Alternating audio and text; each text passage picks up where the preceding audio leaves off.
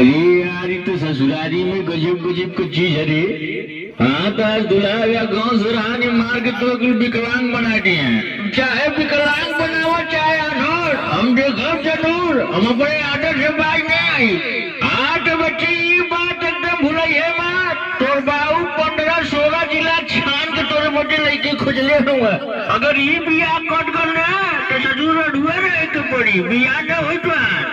अरे अगर धनंजय अगर मदन मुरारी मटी नगुआ रहे हैं ना तो कहीं न कहीं और हो जाए तो टेंशन मत लेते, आगे कभी उठा दे। अरे सखी सखी, चला चला चला चला, बरतिया आ गई हो, चला तुम दुल्हा देख ले जा। ठीक है चला। ई कैसन बारात हो सखी, तो कुल बकलोल लागत हो, देखत ना उ दांत फांच चीर ले बाण कौन बारात आई। चला ऐसे का मतलब है, जब गाड़ी देवे वाली जब गाड़ी दे के चलल जाके। हां तो कर आवाज पते चली।